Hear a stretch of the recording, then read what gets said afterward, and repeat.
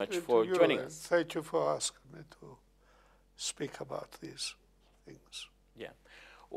Just before we get to talk about representing Andiba Toivo and Mandela, let me take you back to your personal history, because we understand you came to South Africa at the age of 13 from your native Greece.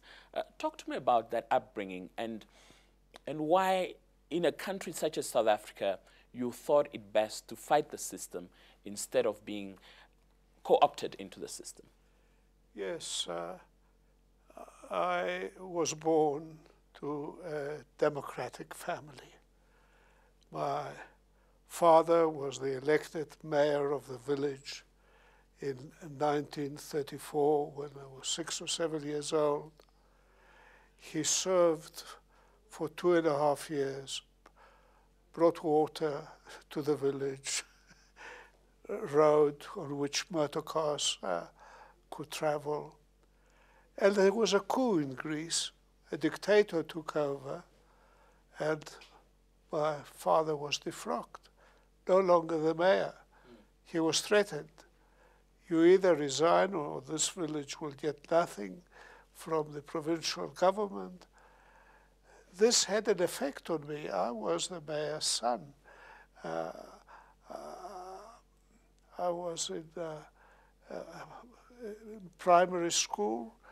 I became very upset that we had to sing fascist songs in praise of the dictator, and that had a bearing on me and my future conduct. This was during World War II? During World War II. And we were picked up. They told us we can't go to Crete. They took us to Alexandria in Egypt. There were 4,000 refugees in the camp from Greece. I was put in an orphanage and not in a camp.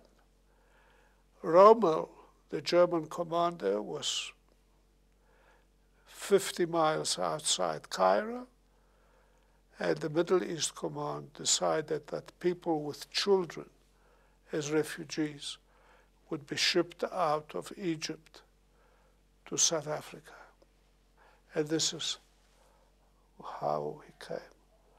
I was shocked to see black men, tall, strong, with torn vests and short pantaloons, pulling rickshaws. Not like you go to Durban now to have your photograph taken. Exactly. They were supplying the ships, heavy, sweating.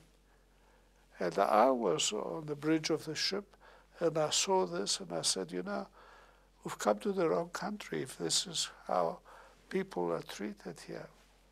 We came to Johannesburg by train. We didn't get off at the station, main station. We went to a side station, and I learned later that there was a demonstration of the Nazi sympathizers in South Africa, that Jan Smuts, who was the prime minister, was bringing the rubbish of Europe to South Africa. But we had to live with it. So from those seeds, or that seed was then born to restore and bring... It was repeated. I didn't go to school for 3 years. I was working in the shop. The cleaner was a black man. The shop sold meats, chicken, cooked chicken. I learned from him.